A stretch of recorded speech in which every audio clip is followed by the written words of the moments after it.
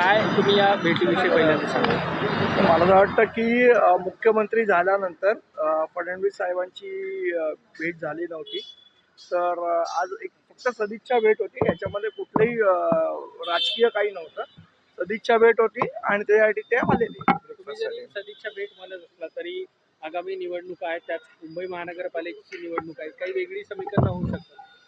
मला वाटतं आत्ता काही आज काय बोलणं झालं याची मला कल्पना नाही त्यांच्यामध्ये. पण आजची जी भेट होती ती राजकीय नव्हती, सदिच्छा भेट होती. आपल्याला माहिती आहे सन्मान्य राजसाहेबांचे आणि फडणवीस साहेबांचे खूप जुने आणि वैयक्तिक संबंध आहेत आणि त्यामुळेच ही एक सदिच्छा भेट होती. दोन नेत्यांची खाजगी चर्चा झाल्याचं कळतंय बंद दाराआड. काही वेगळे मुद्दे होते, कारण विधानसभा निवडणुकीच्या निकालाच्या अनुषंगानं राज ठाकरेंनी काही वेगळी मतं मांडलेली होती आणि ती अगदी भाजपच्या विरोधामध्ये होती. तर त्या अनुषंगानं काही चर्चा नाही, मुळात मी तुम्हाला तेच सांगितलं की राजकीय म्हणणं किंवा राजकीय भूमिका ह्या वेगळ्या असू शकतात, पण वैयक्तिक संबंध हे महाराष्ट्रामध्ये प्रत्येक राजकारणी लोकांचे एकमेकांशी असतात. तर आजची जी भेट होती ही एक सदिच्छा भेट होती. याच्यामध्ये राजकीय काही नव्हतं.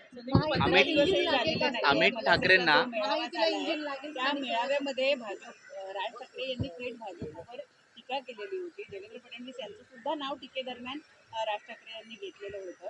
मग आज तो विषय निघाला नाही, त्या विषयावर काहीच चर्चा झाली नाही. मी मुळात सांगितलं की राजकीय भूमिका या वेगळ्या वेगळ्या असू शकतात, पण वैयक्तिक संबंध हे वेगळे असतात.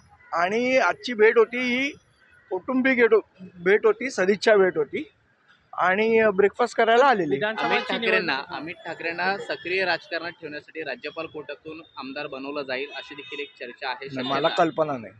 विधानसभेची निवडणूक पार पडली होती, त्यावेळेस देवेंद्र फडणवीसांनी मनसे संदर्भात एक प्रतिक्रिया दिली होती की आगामी ज्या काही निवडणुका होतील त्यात आम्ही मनसेला सोबत घेण्यासंदर्भातला विचार करू.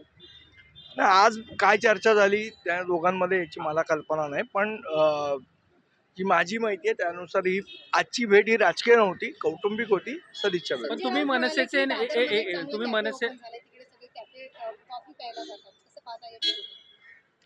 संजय राऊत दुसरीकडे कुठे जातात ते मला वाटतं पवार साहेबांच्या बंगल्याच्या बाहेर झाडू मारायला जातात का?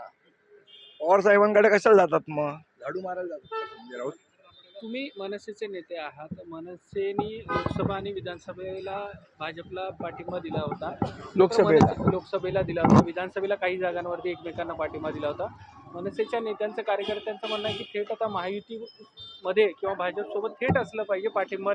मला वाटतं आज युतीच्या चर्चाबद्दल बोलणी नव्हती. आजची भेट ही कौटुंबिक होती. ज्यावेळेला राजकीय चर्चा होईल निश्चितपणे आम्ही तुम्हाला सांगू. पहिली भेट आहे आणि या भेटीतून चर्चेची कुठेतरी सुरुवात होईल अशी शक्यता. मी तुम्हाला पुन्हा आता मला वाटतं तुम्ही कुठलाही प्रश्न विचारला तरी माझ्याकडे उत्तर तेच आहे की आजची भेट ही कौटुंबिक होती, राजकीय चर्चा झाली.